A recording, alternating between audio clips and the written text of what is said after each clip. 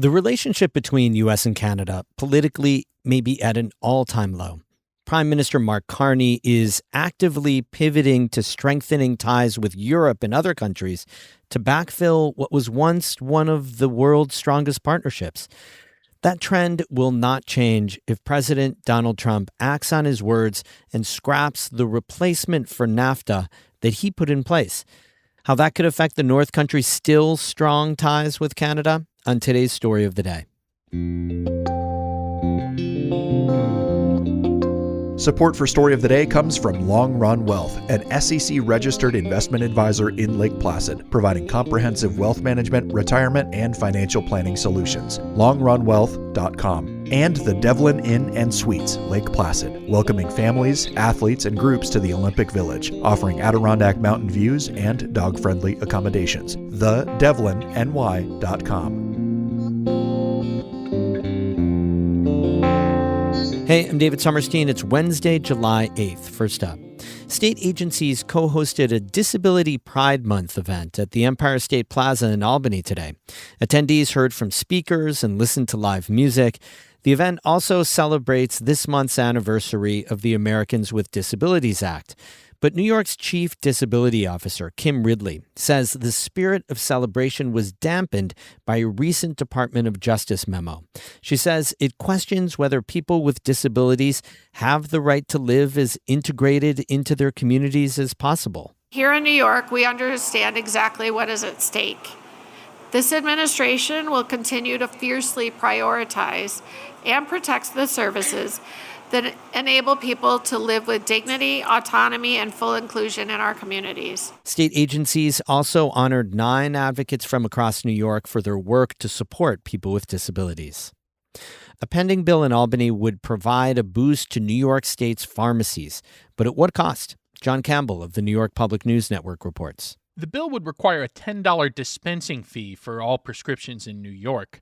Pharmacy benefit managers, or PBMs, would be on the hook for the fee. They're middlemen who negotiate with pharmacies and drug manufacturers. State Senator James Skoufis says pharmacies sometimes lose money on medicine they dispense. PBMs have become so piggish that they are literally reimbursing pharmacies for many drugs at below cost. Johnny Garcia is with the Pharmaceutical Care Management Association. He says the bill will cost consumers. The costs are going to be burdened by somebody, so it's going to be burdened either by the patient or the employer that's paying for these benefits. Governor Hochul has until the end of the year to act on the bill. A longtime Boy Scout camp in the Western Adirondacks is one step closer to becoming part of the Adirondack Forest Preserve. The Open Space Institute has purchased the former Sabata Scout Reservation for $2 million. The nonprofit land trust says it plans to protect the property from development before eventually selling it to the state. The more than 1,500-acre camp sits between Tupper Lake and Long Lake, surrounded by the Five Ponds Wilderness. It served as a summer camp for generations of Boy Scouts before closing last year. The land trust says the property will remain closed to the public for now. There's no timeline yet for a state acquisition. If that transfer moves forward, the former camp would become public forest preserve land. The online prediction marketplace Kalshi is fighting back against the state's attempt to regulate it like a gambling site. As Walter Wuthman reports, the company is appealing after a setback in its federal lawsuit against state regulators. Kalshi sells short-term contracts that answer a given question like who will win an election or what country will win the World Cup. New York regulators say that's gambling, and Kalshi needs a license.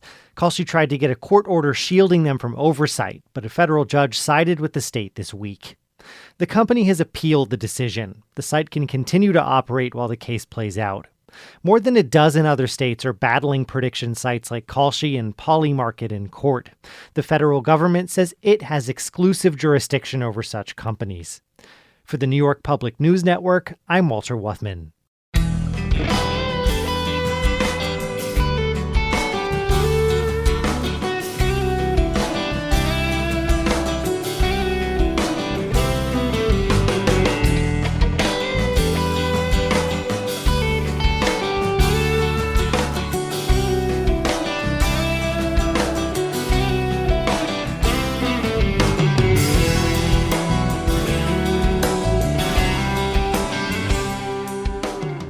The current trade deal between the U.S., Mexico, and Canada, known as the USMCA, facilitates about $2 trillion of trade each year. President Donald Trump initiated the deal during his first term in office and touted it as the most balanced, beneficial trade agreement the country had ever signed. Now, Trump wants to abandon the USMCA. It'll take a decade to wind down the deal and require an annual review each year. The New York Public News Network's Pat Bradley spoke with officials about what that move means for the North Country. North Country Chamber of Commerce President and CEO Gary Douglas says the move by the U.S. was expected. We knew, because of the state of negotiations, particularly with Canada, that this would be the interim result, triggering basically a 10-year period during which the agreement remains in effect, but with annual reviews. USMCA governs over 90% of goods going back and forth between the U.S. and Canada. So for that, nothing has changed. The negative thing in all of this has been and continues to be uncertainty. SUNY Plattsburgh Center for the Study of Canada director Christopher Kirky is not surprised either, because there has been no formal negotiations between the U.S. and Canada regarding renewal. This was expected. When he sort of telegraphed this some months ago informally, it was a bit of a shocker. But the truth is, it's expected because they just know the mercurial nature, the sort of transactional nature of the American White House right now. And as such, now they're just preparing to negotiate on an annual basis. Kirky adds that annual reviews create a greater degree of uncertainty for regional trade. We're going to be sitting here on an annual basis while negotiators work out a revised USMCA, and we're not quite certain until that is in fact agreed upon what it's going to look like for cross-border trade. So that creates a little bit, particularly for the business community, a degree of unhealthy uncertainty. A.N. Deringer is one of the largest customs brokerage and trade compliance consulting firms in the U.S. Director of Customs Affairs and Compliance, Amy Magnus, notes that since the NAFTA trade agreement was signed in the 1990s, complex trading systems have been established between the countries.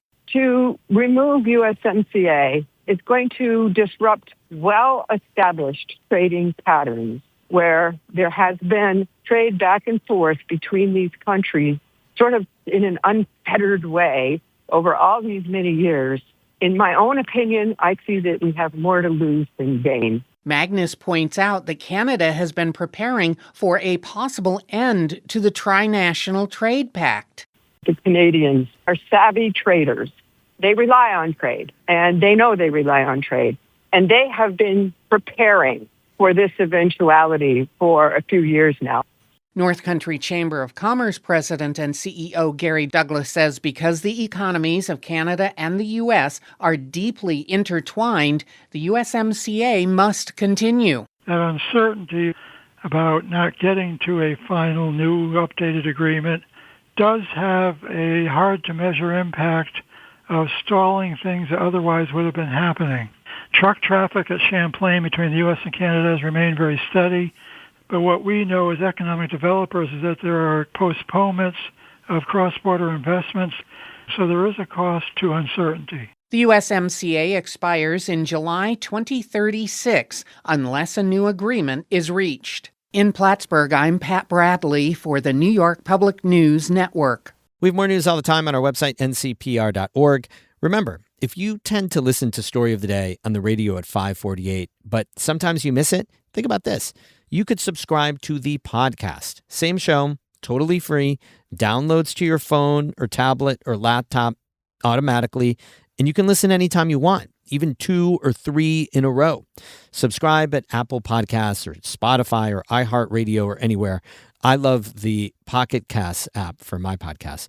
Go to ncpr.org/podcast for details. Music today by Evan Veenstra of Gananoque, Ontario, and Tim Ellifritz of Johnsburg. I'm David Summerstein, North Country Public Radio.